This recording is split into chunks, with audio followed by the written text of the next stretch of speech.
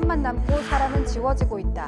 로스쿨 도입 15년. 과연 당초 제도 도입 취지에 맞게 운영되고 있을까요? 법조계는 아니라고 말하는데요. 법률방송 현장과 사람 기획보도 3편. 교육이 시험에 종속되는 로스쿨의 현실을 짚어봅니다.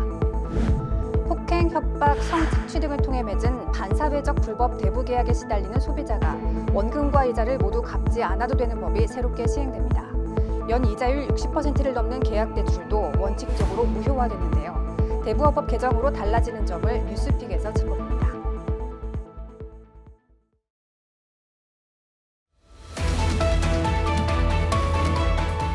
시청자 여러분 안녕하십니까? 7월 25일 법률방송 현장과 사람 시작하겠습니다.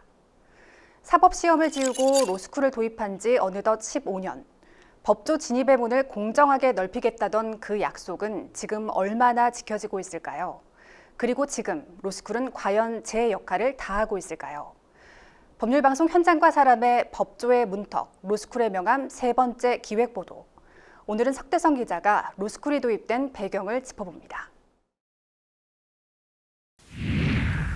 다양하고 유능한 법조인 양성, 지역균형 발전, 공익성과 전문성을 갖춘 인재 육성, 법조 개혁을 외치며 도입한 로스쿨. 그 출발은 분명 정의였습니다.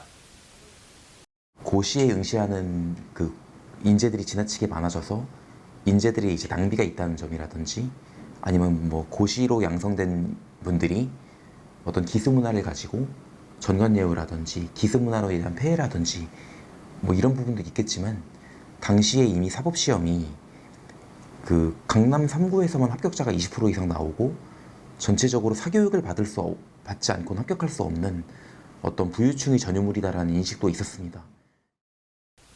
로스쿨 도입 목표는 단순했습니다. 과거 사법시험 중심의 법조인 선발은 소수 정예 체계로 법률 서비스 공급이 양적으로 부족했습니다. 변호사 수를 늘려 국민 법률 접근성을 높이자는 취지에서 출발합니다.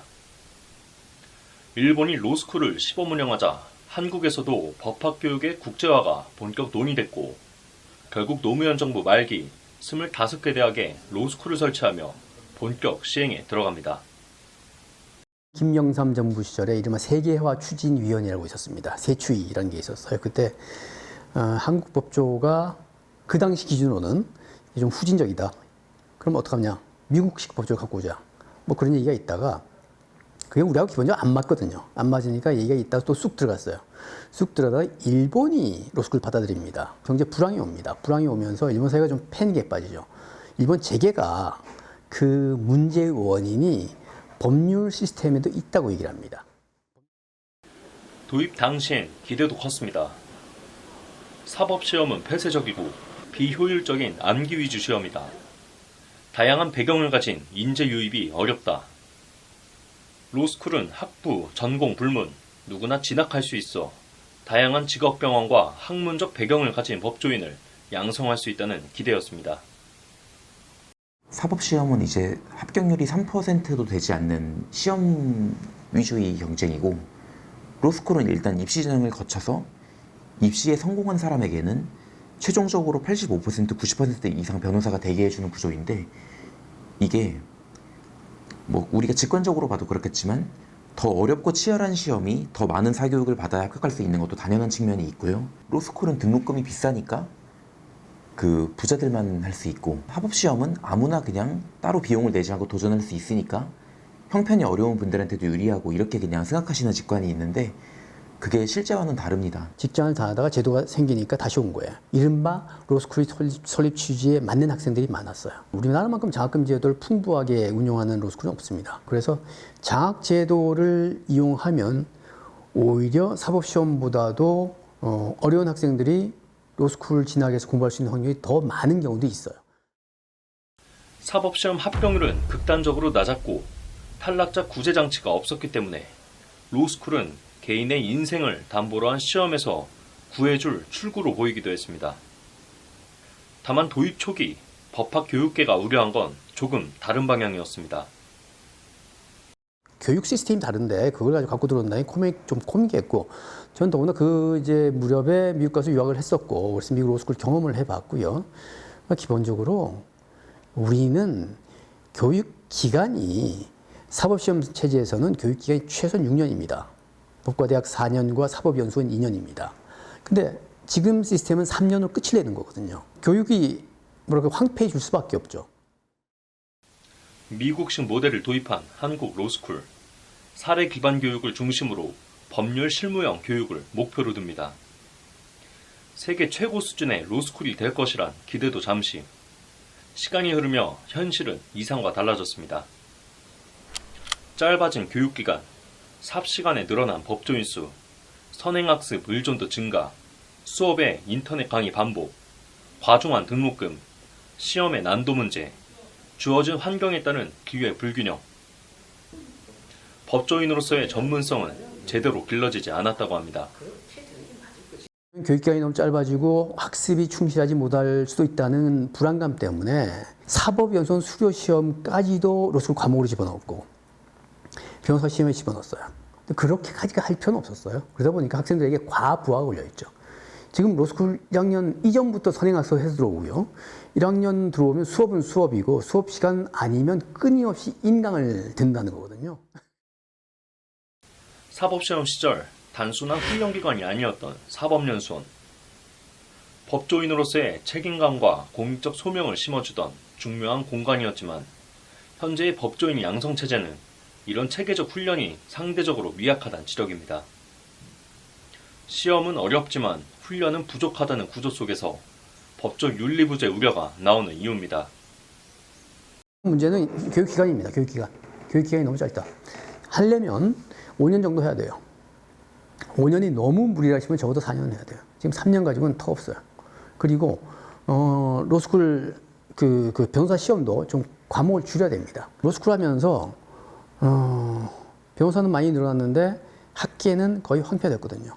학문 후속 세대가 없습니다.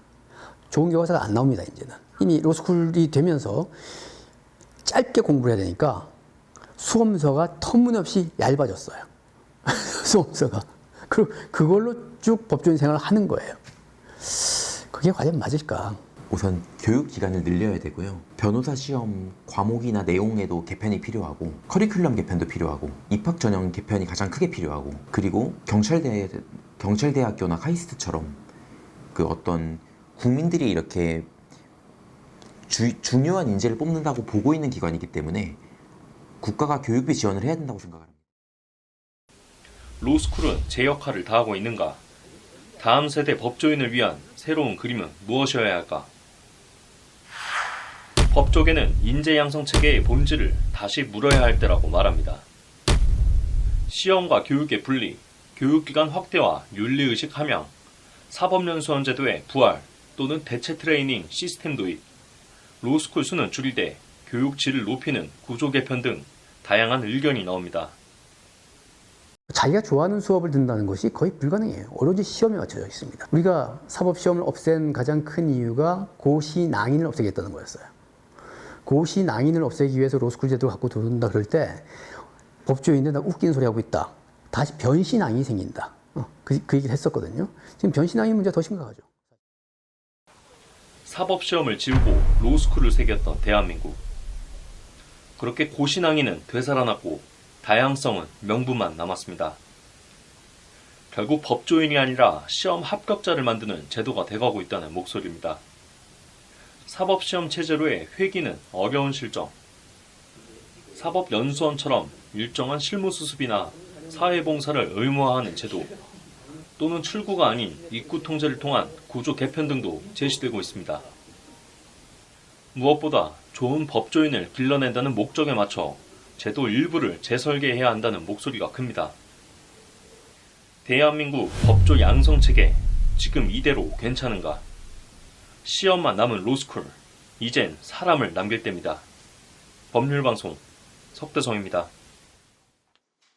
로스쿨 제도의 출발, 정의와 공정, 그 가치를 잘 지키고 있을까요? 취재한 석대성 기자와 로스쿨 개선 필요성에 대해 이야기 나눠보도록 하겠습니다. 석 기자, 법조인 양성제도 이 다시금 본질을 묻는 목소리가 커지고 있죠. 예, 로스쿨 제도 15년 말씀하신 것처럼 당시 법조계는 다양성과 공익성을 강화하겠다며 사법시험을 폐지하고 이 로스쿨 제도를 도입했는데요. 이 출발선에 분명한 시대 정신이 있었습니다. 이 과거 사법시험 체계는 합격률이 3%밖에 되지 않았기 때문에 소수 정예형 구조였고 결과적으로 이 법률 서비스 공급이 턱없이 부족했다는 지적도 있었습니다. 무엇보다 이 사교육 의존도가 높은 강남 중심의 고시공화국 비판도 있었고요. 그러다가 2000년대 초부터 이 고시낭인이나 정관예우, 기수문화 같은 구조적 폐해를 해소하자는 목소리가 커졌고 이 상고 출신 변호사 고 전 노무현 대통령 때 이 양질의 법률 서비스를 국민에게 제공하자는 취지로 제도 개편을 추진합니다. 미국식 로스쿨 모델을 참조했지만 실제로는 일본의 제도 도입이 결정적 계기가 됐다고요? 이 일본의 로스쿨 도입 배경엔 이 경제 위기가 있었는데 법률 시스템이 불경기 해결에 도움이 되지 않는다 이런 인식이 있었고 한국 역시 법조개혁이라는 이름으로 개편에 나섭니다. 네, 당초 다양한 배경을 가진 인재 유입, 또 공익성과 전문성 확보를 목표로 했는데요. 15년이 지난 지금 현장의 평가는 어떻습니까? 일단 이 일반 국민의 시각에서 보면 로스쿨의 문제점은 이 현대판 음서제라는 건데요. 그러니까 이 법학 전문대학원 학비가 너무 비싸서 이 부유층만 들어갈 수 있다 이런 인식이 깔려 있는 거죠. 하지만 막상 들여다보면 이 형편이 어려운 학생에게는 장학금을 지원하고 그리고 학업을 포기하지 않도록 멘토링 프로그램을 운영하는 등 다양한 시스템을 운영하고 있는데요. 그래서 이런 인식은 잘못된 것이라는 게 이 법조계와 로스쿨 학생 전반의 공통된 의견이고요.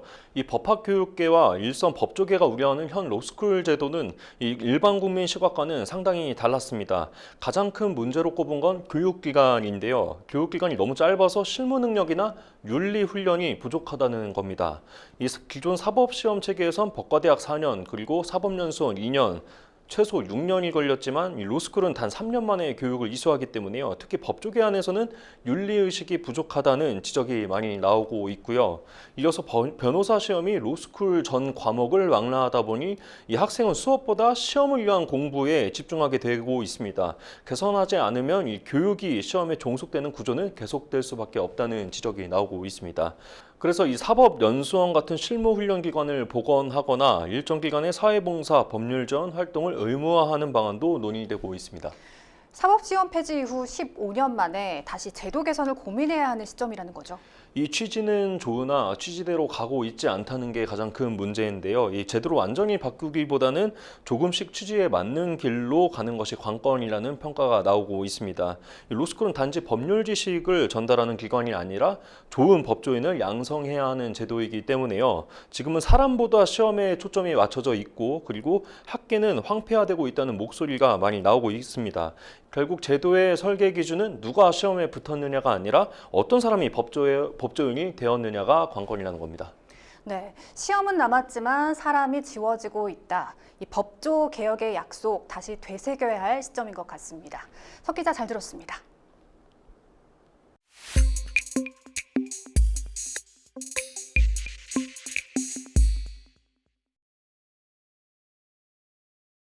이달 22일부터 연 60%를 넘는 대부 계약이나 반사회적인 불법 대부 계약은 원금과 이자가 모두 무효화됩니다.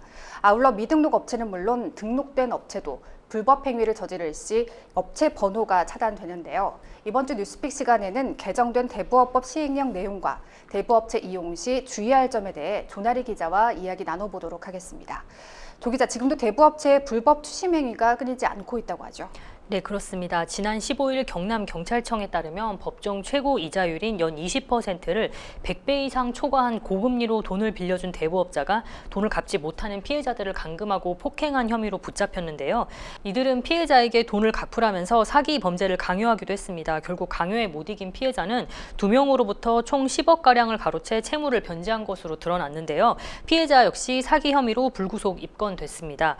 같은 날 전주지법에서 열린 재판도 여러 건 보도가 됐는데요. 군사 기밀을 담보로 군 간부들에게 초고금리 대출을 해주고 불법 추심을 일삼은 대부업자가 항소심에서 감형됐다는 소식입니다. 피해자들과 합의가 됐다는 이유인데요. 이들은 미등록 대부업을 운영하면서 전북 지역 군부대에 근무 중인 간부 등에게 법정 최고 이자율의 1,500배인 3만% 금리를 적용해 대출을 해줬는데요. 피해자들이 당연히 돈을 갚기 어려웠고요. 그럴 때면 부대로 전화해서 알리겠다고 협박을 하기도 했습니다. 다행히 수사 결과 이들이 확보한 군사기밀이 실제 적국이나 제3자에게 유출되지 않은 것으로 확인됐습니다. 이외에도 지난 18일 수원지법 성남지원에서 불법 대부업체 주범들이 징역형을 선고받은 일이 있었습니다. 이들 역시 미등록 대부업체를 운영해 왔는데요. 2년 동안 사회 초년생들을 상대로 38억 원의 불법 대출을 해준 것으로 드러났습니다. 네, 개정된 대부업법이 막 시행을 했는데요. 어떤 내용이 바뀌었나요? 네, 앞으로 추심 과정에서 불법 행위를 저지르거나 연 60%를 넘는 대부 계약을 맺을 경우 원금과 이자 모두 무효화됩니다. 또한 반사회적 대부 계약에 해당하지 않더라도 미등록 대부업자는 대부 계약 시 이를 수취할 수 없고 위반 시 5년 이하의 징역 또는 2억 원 이하의 벌금에 처할 수 있습니다. 영세 대부업 난립과 불법 추심 행위에 따른 피해를 방지하기 위해 관련 요건과 처벌도 강화됐습니다. 구체적으로 지자체 대부업의 경우 개인은 기존 1,000만 원에서 1억 원으로, 법인은 5천만 원에서 3억 원으로 늘어났습니다. 대부 중개업에 대한 등록 요건도 신설됐는데요. 오프라인의 경우 3천만 원, 온라인은 1억 원의 자기 자본이 필요합니다. 불법 대부 행위에 대한 처벌도 대폭 강화됩니다. 앞으로 불법업자의 대부 행위에 대해서는 형법상 사기죄에 준해 최대 징역 10년까지 처벌할 수 있는데요. 또한 최고금리 위반, 정부나 금융기관 사칭, 개인정보를 부당한 목적으로 사용한 경우는 관련법상 최고 처벌 수준인 징역 5년, 2억 원 이하의 벌금에 처할 수 있습니다. 아울러 대부업자가 채권 추심법을 위반했을 때도 기존에는 대부업체 등록 취소나 영업 정지 조치만 가능했지만 앞으로는 임직원에 대한 제재도 가능합니다. 네, 불법 행위는 구체적으로 어떤 사례들이 있을까요? 네, 금융위원회에서 일부 사례들을 들었는데요. 대부 계약 과정에서 성적 촬영물을 요구하거나 인신매매, 신체 포기, 장기 기증 등 반사회적 행위를 요구하거나 폭행, 협박을 사용해 대부 계약을 체결, 혹은 계약 불이행 시 채무액보다 현저하게 큰 자산을 이전하겠다는 계약 등 채무자에게 불리한 계약을 체결하는 경우도 대부 계약 자체가 무효화됩니다. 또한 폭행, 협박을 동원한 추심 행위는 물론 야간에 전화를 하거나 채무자의 관계인에게 변제를 요구하는 등의 괴롭힘 행위, 개인정보 누설 등의 행위도 마찬가지로 무효화됩니다. 그리고 앞서 설명드렸듯이 연 60%를 초과한 대부 계약 또한 반사회적 행위에 해당합니다. 네, 지금 설명한 사례 중 하나만 해당이 돼도 계약 자체가 무효라는 얘기죠. 그렇습니다. 연 이자율 60% 초과 시 원금과 이자가 무효화되는 것은 물론 60%보다 낮은 계약이라도 반사회적 계약에 해당하는 경우 모두 구제를 받을 수 있습니다. 또한 반사회적 대부 계약에 해당하지 않더라도 미등록 대부업자와 계약인 경우 이자가 무효화됩니다. 그러니까 채무자는 원금만 갚으면 되는 건데요. 만약 미등록 업자가 이를 어기고 이자를 받아내려고 할 경우 5년 이하의 징역과 2억 원 이하의 벌금에 처할 수 있습니다. 또한 등록업자라도 대부 계약서를 교부하지 않거나 계약서 허위 기재, 금융기관을 사칭해 체결한 계약은 언제든지 계약 취소를 할 수 있도록 했습니다. 네, 이외에도 번호 차단이 된다고 말씀을 하셨는데 이 내용은 무엇입니까? 네, 문자 메시지나 SNS를 통해 대출 광고하는 내용을 한 번쯤 받아오셨을 텐데요. 앞으로 욕설이나 협박, 야간의 반복적인 전화, 제3자에게 채무 사실을 알리는 등 불법적인 채권 추심을 벌이는 업체는 전화번호는 물론 SNS 계정도 차단됩니다. 이 제도는 그간 미등록 대부업체들만 적용을 해왔는데 이번 개정을 통해 불법 추심을 벌이는 등록 업체들에게도 적용을 확대한 겁니다. 욕설 협박이 없더라도 문자 메시지 등으로 최고금리를 초과하는 조건을 내걸며 차용증을 요구할 경우도 당국에 신고할 시 번호가 정지됩니다. 기업들도 동참에 나서고 있습니다. 앞서 카카오톡은 지난 6월 16일부터, 라인은 같은 달 22일부터 불법 대부행위 신고 접수를 받고 있는데요. 신고가 접수되면 심사를 거쳐서 SNS 계정이 정지됩니다. 네, 실제로 요즘은 문자나 SNS를 통해서 사업을 운영하는 업체들도 많은데요. 이런 틈을 타 대부업을 사칭하는 금융사기도 기승을 부리고 있다고요? 네, 그렇습니다. 대표적으로 광고 문자를 통해서 대출을 알선하거나 신용등급 상향을 미끼로 수수료나 보증금을 요구한 뒤 소위 먹튀를 하는 피해 사례들이 증가하고 있는데요. 링크 접속을 유도한 뒤 스마트폰에 악성 앱을 설치하는 범죄도 늘고 있어서 주의가 요구되고 있습니다. 네, 개정법에 적용을 받지 않는 기존 대부 계약에 대한 구제 방안은 없습니까? 네, 이달 22일 이후 체결되거나 갱신되는 계약부터 개정안의 적용을 받게 되는데요. 기존 계약 내용과 동일한 조건으로 별도의 갱신 절차 없이 만기만 연장되는 경우 법 시행 이후 체결 또는 갱신이라고 보기 어려워 적용을 받지 않습니다. 다만 민법 103조 또는 104조에 따라 반사회적 대부계약 무효화 소송을 제기해 원금과 이자 반환을 청구하는 것은 가능할 것으로 보입니다. 실제로 대부업법 개정안이 공표됐던 올해 1월 이후 1000% 이상의 초고금리 대부계약에 대해 원금과 이자를 모두 반환하도록 한 판결이 지난 5월 나온 바가 있습니다. 네, 일각에서는 대부업 등록 요건을 강화할 시 불법 사금융이 오히려 증가하지 않을지 우려하는 목소리도 있는 것 같은데요. 네, 그런 우려도 있긴 합니다. 하지만 당국의 판단은 다른데요. 금감원의 설명에 따르면 자기자본 요건의 경우 금융관계법상 여전히 가장 낮은 수준이며 기존 대부업자의 경우 시행 유예 기간을 2년간 부여했다는 설명입니다. 또한 금감원은 이번 조치로 등록 대부업체로 위장하고 불법 사금융을 영위하는 무늬만 등록업체가 줄어들 것으로 보고 있는데요. 영세한 규모로 무리한 수익만 추구하는 업체들이 축소되면서 자연스럽게 정상적인 영업을 하는 등록업체들의 범위가 확대될 수 있다는 설명입니다. 이를 통해 서민들도 대부업에 대한 신뢰가 향상되고 자본 여력을 충분히 갖춘 업체들을 이용할 수 있을 것으로 기대되는데요. 정부는 개정 대부업법 시행에 맞춰 불법 사금융에 대한 대대적인 단속과 추가적인 제도 개선을 추진한다는 방침입니다. 네, 개정안과 관련해서 시민단체들의 생각은 어떻습니까? 네, 금융정의연대와 민변, 참여연대 등 각 시민단체들은 올해 여러 차례 대부업의 불법 추심 방지를 위한 정책 제안 기자회견을 열기도 했는데요. 지난달 기자회견에 참석했던 롤링주빌리 강명수 이사의 인터뷰 듣고 오겠습니다. 대부업법 개정안이 7월 22일부터 이제 시행이 됐는데요. 그 내용을 보면 성착취, 인신매매, 신체상 상해라든지 폭력 또는 협박, 연 60% 최고금리 수치를 하게 되면 원금 및 이자가 전부 무효화되는 전반적으로 큰 틀에서 보면 반영이 됐다고 저는 평가할 수 있고요. 다만 이 대부업을 위반했을 때 그에 대한 조치라든지 실행이라든지 이런 부분들이 그동안에 없었던 건 아닙니다. 법이 중요한 게 아니고 저희 단체에서 불법 사금융을 많이 상담해 왔지만 중요한 거는 사채업자들이 아직도 그러한 법이 있음에도 불구하고 활개치고 있다는 것이죠. 그래서 정부에서는 그동안 금융이라든지 금감원, 경찰, 검찰 등 정부 합동 TF를 구성해서 단속을 해왔지만 불법금융은 사라지지 않고 있습니다.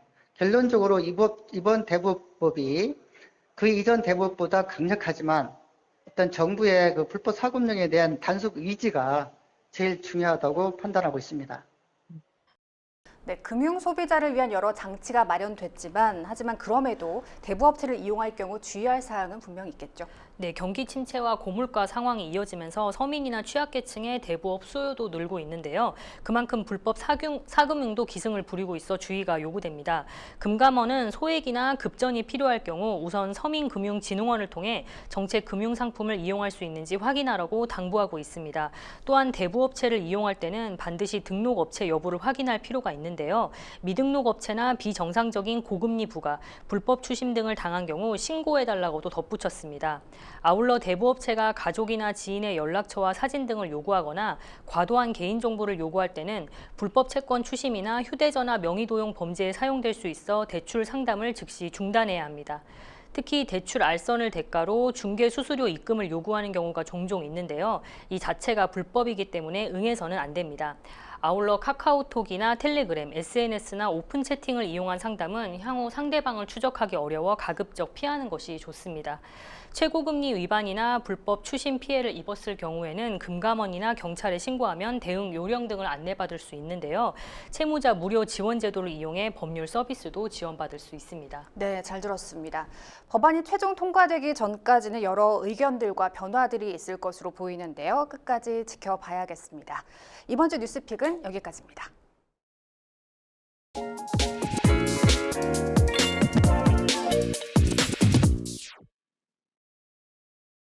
HBM 독주를 이어가고 있는 SK 하이닉스가 골드만삭스 리포트 영향으로 하락세를 타고 있는데요. 이런 와중에 SK그룹이 투자 재원 확보를 위해 대대적인 사업 재편에 나서 관심이 모아지고 있습니다. 국내 경제와 산업별 이슈를 짚어보는 경제인 이슈. 오늘은 김종효 알파경제 이사님과 SK 하이닉스의 주가 및 그룹의 재무구조 개선 작업에 대해 이야기 나눠보겠습니다. 이사님 안녕하세요. 네, 안녕하십니까. 네. 최근 골드만삭스가 SK 하이닉스의 투자 의견을 중립으로 하향하면서 SK 하이닉스가 급락을 했는데요. 리포트의 구체적인 내용이 뭘까요? 네, 구체적인 내용은 26년부터 HBM의 경쟁이 확대된다라는 내용입니다. 그러면서 이익이 줄어드니까 SK 하이닉스의 이익도 둔화될 수밖에 없다라는 게 기초적인 내용인데요. 근데 우리가 여기서 살펴봐야 될 건 준비된 그림부터 우리가 확인해 볼 필요가 있겠는데 PBR 밴드라고 해서 우리가 주가를 보는 데 있어서 여러 가지 지표들을 보는데 하이닉스는 뭐 적자도 나는 기업이니까 PR로 평가하기는 조금 어렵고 주로 이제 PBR로 호황과 불황에서의 적절한 위치를 평가하게 됩니다. 그게 이제 러프하게 보면 통상적으로는 1배에서 2배 사이를 오갔었는데요. 그런데 최근에 이제 HBM에서 삼성전자를 제치고 1위로 반도체 전체에서 1위로 올라서게 되면서 2.2배, 2.3배까지 역사상으로 보지 못했던 고점으로 가게 된 거죠. 그런데 그 프리미엄이 없어질 수 있다는 보고서가 나오니까 당연히 이제 주가가 급락할 수밖에 없었던 거고요. 특히 이제 HBM3까지는 압도적인 우위를 가져갔었는데 HBM4 그 다음에 HBM4E부터는 하이브리드 본딩이라고 하는 방식이 변화가 되면서 하이닉스가 우위를 가지고 있던 이런 영역이 깨질 수도 있다. 그 다음에 삼성전자의 퀄 테스트가 통과되는 순간 현재 하이닉스가 가지고 있는 이 프리미엄이 깨질 수 있다는 그런 부담이 나타나고 있는 것이죠.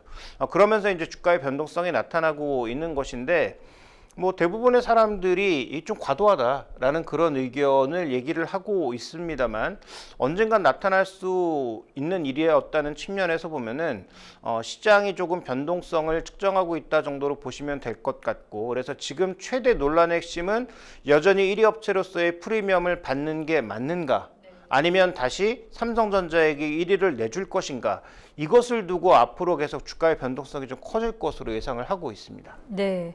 근데 반면 삼성전자는 이제 목표 주가를 올리고 상승세를 타고 있는데요. 아무래도 이재용 회장의 무죄 확정 판결도 영향을 좀 미쳤겠죠.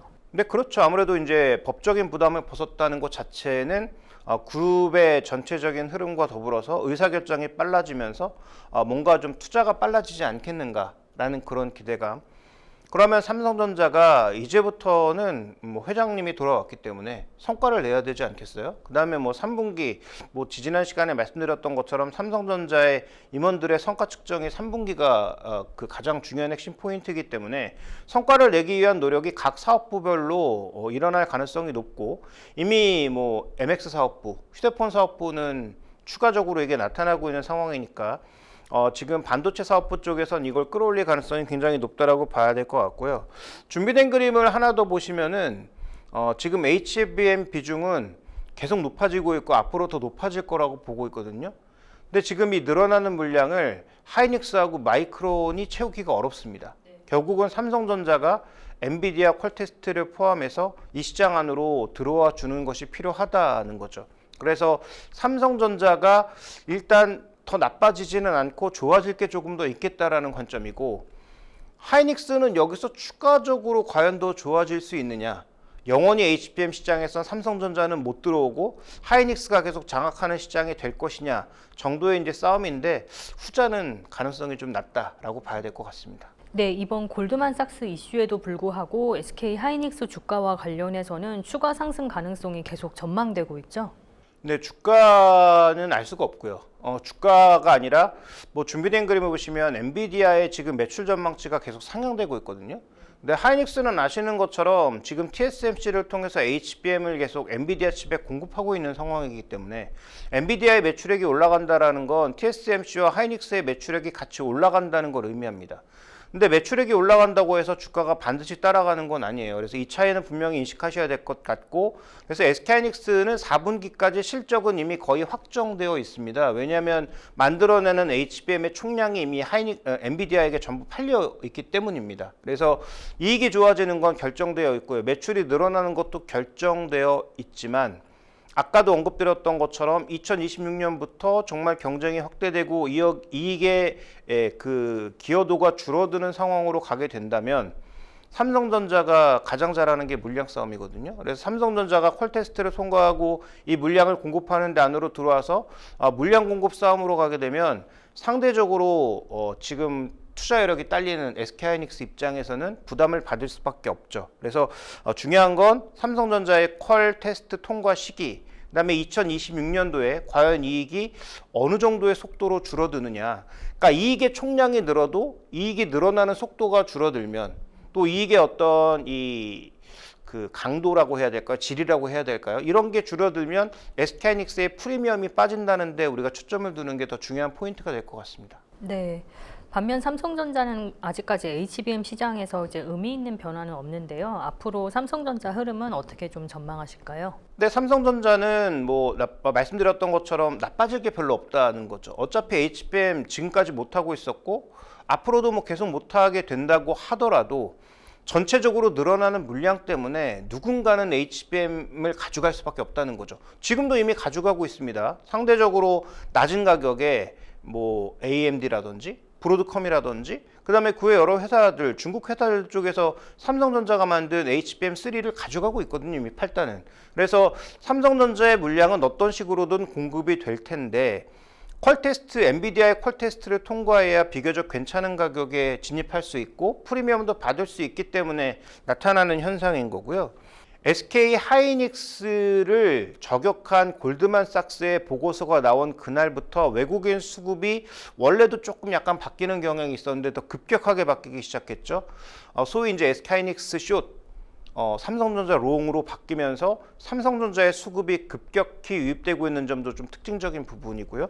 그 다음에 이제 자사주 매입과 소각을 꾸준하게 지금 추진하고 있기 때문에 어떻게 보면 SK하이닉스보다 주주환원의 측면에서는 좀 더 빠르게 가고 있다는 점도 삼성전자 입장에서는 괜찮은 포인트다 이렇게 봐야 될 것 같습니다. 네, 이번에는 이제 그룹에 대해서 이야기를 좀 해봐야 할 것 같은데요. 최근 SK가 전방위적인 현금 창출에 좀 나서고 있죠. 네, 그렇습니다. 일단 SK그룹은 어떻게 보면 방향성은 계속 잘 잡아오고 있거든요. 그러니까 산업의 변화에 따라서 M&A를 통해서 사업의 방향 수정 이런 것들을 잘 잡아오고 있죠. 그래서 통신과 이 정유라고 하는 내수를 축으로 움직였을 때는 그냥 고만고만하게 돈 버는 기업이었지만 SK하이닉스를 억지로 인수하긴 했지만 인수함으로써 글로벌 기업으로 거듭날 수 있었고 여러 군데에서 최태원 회장이 부각받을 수 있을 만한 그런 세계적인 그룹으로 거듭나는 계기가 됐죠. 근데 중요한 것은 다음 시프트는 이제 AI 쪽으로 가야 되는데 SK온이 워낙 이제 설비 투자가 많이 돼야 되는 기업입니다. 아시는 분들은 잘 없겠지만 실제로 이 배터리 공장을 가보시면 깜짝 놀랍니다.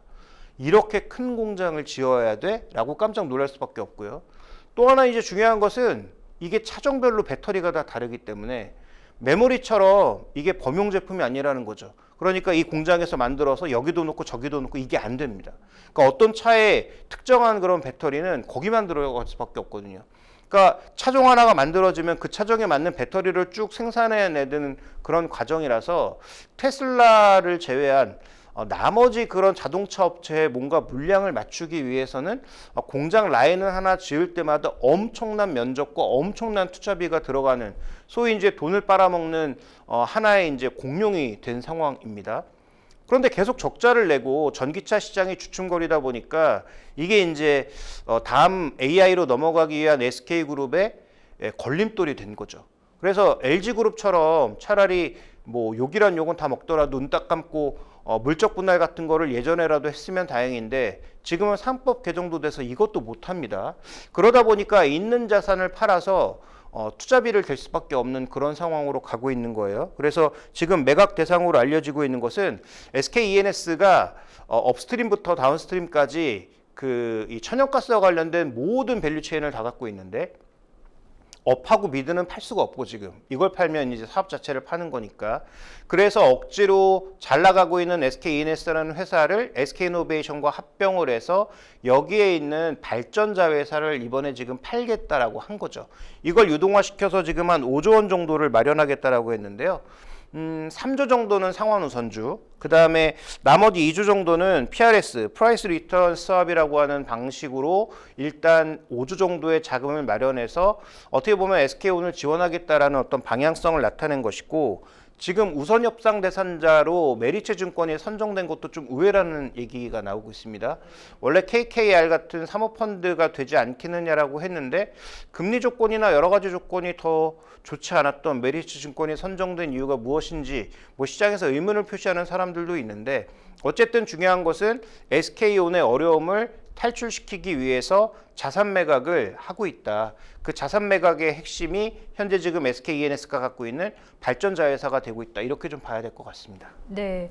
SK 재무구조 개선 관련해서 좀 시장에서는 어떤 평가를 내고 있나요? 근데 결론부터 말씀드리면 애매모호합니다. 왜냐하면 그 준비된 그림을 보시면 SK이노베이션의 늘어난 부채, 그 다음에 지금 늘어나고 있는 캐펙스가 전부 SK온과 관련된 부분이거든요. 근데 연간 이게 지금 10조 단위란 말이죠. 그러면 자체적으로 뭐 마련하는 현금도 있을 것이고 외부 자금 조달도 있을 것이고 뭐 그렇게 해서 조달을 한다고 치면 이번에 5조 정도 지원받는 것, 이게 좀 애매모호한 거죠. 이걸로 몇 년을 투자를 이어갈 수 있는 게 아닙니다. 그래서 지금 과거에 이제 예정되었던 그런 과도한 투자를 자제하고 있는 상황이긴 하지만, 어쨌든 미국 시장에 자신들이 지금 만들어내야 될 그런 물량들을 뽑아내기 위해서 새로 라인을 깔아야 되고, 그 다음에 이제 하지 않던 LFP 공장과 이와 관련된 시설들을 만들어내려면 시설 투자에 또 10조 단위의 돈이 필요할 텐데, 그러면 1년 이내에 빠르게 해당 산업이 살아나지 않으면, 그러면 5조 지원하고 나서 또 자금이 필요할 수 있거든요. 그러면 결국 SK그룹은 또 자원 팔아서 결국은 여기다 돈을 대줘야 되는 그런 상황으로 가거나, 아니면 기존에 돈을 댔던 SK이노베이션의 정유 산업이 갑자기 소위 대박이 나야 되는데 그럴 가능성은 없다라고 봐야죠. 그래서 현재는 이 지원책을 가지고 뭐라고 평가하기가 굉장히 애매한 측면이 있다. 1년 안에 과연 전기차 시장과 배터리 시장에 뚜렷한 어떤 햇살이 비출 것이냐, 이건 조금 지금 당장 말씀드리기는 어렵고, 그래서 5조 원 정도의 자금으로 과연 자금 지원이 끝날 것인지, 그 다음에 SK그룹의 전체적인 파워 시프트가 그렇게 뭐 쉽게 이루어질 수 있을 것인지는 지금 판단 내리기는 굉장히 어렵다. 이렇게 좀 말씀드릴 수 있겠습니다. 네. SK텔레콤도 이제 회복 소식이 들려오고 있습니다. 해킹 사태로 인한 가입자 이탈 국면이 마무리되고 주가가 회복될 것이란 분석이 나오고 있는데요. 예상보다 좀 빠른 전개 같은데요. 근데 이제 더 빠른 전개는 과연 언제부터 마케팅비를 이제 그 단통법이 끝나게 되면서 마케팅을 할 수 있는 그런 시기가 다가오지 않았습니까? 그래서 뭐 예전처럼 막 공짜폰 남발하는 이런 시기가 오지는 않겠지만, 그 다음에 그런 게 온다고 한들 뭐 저도 그렇고 아마 뭐 기자님도 마찬가지일 텐데, 대부분 다 이제 요금이 결합 요금으로 묶여 있다 보니까 예전처럼 뭐 쉽게 이동하기는 어려울 것 같기는 한데, 어쨌든 SK텔레콤 입장에선 지금 점유율 40%가 깨졌단 말이죠. 그러면 지금 당장이야 본인들이 잘못한 게 있으니까 숨죽이고 있겠지만, 아마 8월이나 9월부터는 다시 이제 고개 빼꼼 들고 아마 광고 선전비를 쓸 가능성이 높은데, 그러면 이 지금 그렇지 않아도 여러 가지 보상비라든지 이런 것들 때문에 올해 실적이 엉망일 텐데, 만약에 SK텔레콤의 배당금이 조금 깎인다든지, 아니면 뭐 배당이 내년에 줄 수 있는 뭐 배당의 여력이 줄어든다든지 하면, 이건 SK텔레콤 입장에서 굉장히 충격일 수 있거든요. 그래서 지금 어떻게 보면 빠르게 회복하고 있는 게 아니라 하반기에 이런 여러 가지 변수들을 좀 살펴봐야 되지 않느냐. 특히 SK텔레콤이 정말로 공격적인 어떤 영업 전략을 쓰게 된다면, 시장을 방어하기 위해서 그런 전략을 쓰게 된다면 제가 보기에 통신 3사 모두 하반기에는 투자 매력이 굉장히 떨어지는 한 해가 되지 않을까라고 해서 통신주 전반에 대해서는 하반기에는 조금 투자 의견을 낮추고, 그 다음에 우리가 조금 냉정한 시각으로 바라봐야 되지 않을까. 특히 SK텔레콤은 더더욱 냉정한 시각으로 바라봐야 되지 않을까라고 보고 있고요. 과거 KT가 아현동의 화재 사태로 인해서 여러 가지 이제 돈을 물어주고 배당금을 깎은 적이 있는데 그때 주가가 폭락했습니다. 그래서 SK텔레콤도 그러한 사태까지 가는지는 한번 살펴볼 필요가 있겠다. 아직까지 가능성은 낮아 보인다. 이렇게 말씀드려야 될 것 같습니다. 네.